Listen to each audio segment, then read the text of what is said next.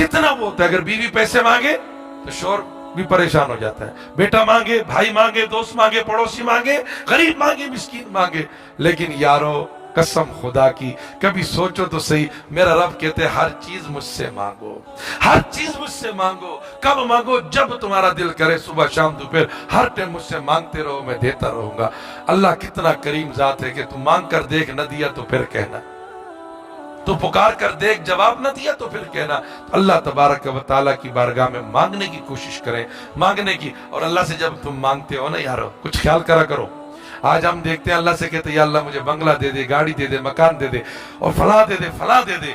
मांगते वक्त हम लाखों रुपए अल्लाह से मांगते हैं, और जब अल्लाह के नाम पे कोई गदागर, कोई फकीर आते हैं तो फिर जेब के अंदर हाथ मारते, जेबों में हाथ डालते हैं कि कोई सिक्का तो जेब में नहीं पड़ा हुआ कि मैं इसको दे दूं। हाय हाय हाय, देते हुए तुम्हें, लेते हुए तुम्हें शर्म नहीं आई कि उस रब से लाखों मांग रहे, और जब उसके नाम पे तुमसे मांगा जा रहा है तो फिर सिक्के तलाश कर रहे हो। अगर रब आज तुझे सिक्का दे तो तुझ पर क्या गुजरेगी।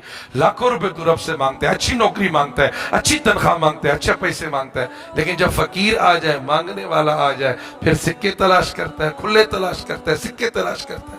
अरे कारोबार कर अल्लाह से, जिस तरह अल्लाह तुम्हें दे रहा है, वो अल्लाह कहते हैं वमिम्मा रज़क़नाहुम युनफ़िक़ून, मेरे दिए हुए में से खर्च कर, तेरे तो है ही नहीं, तेरे तो है ही नहीं। वो अल्लाह कहते हैं मिम्मा रज़क़नाहुम युनफ़िक़ून, मेरे दिए हुए पैसों में से, मेरे दिए हुए में से तू खर्च करता जा, तू खर्च करता जाएगा, मैं तेरी दौलत को बढ़ाऊंगा, तेरी मईशत को बढ़ाऊंगा।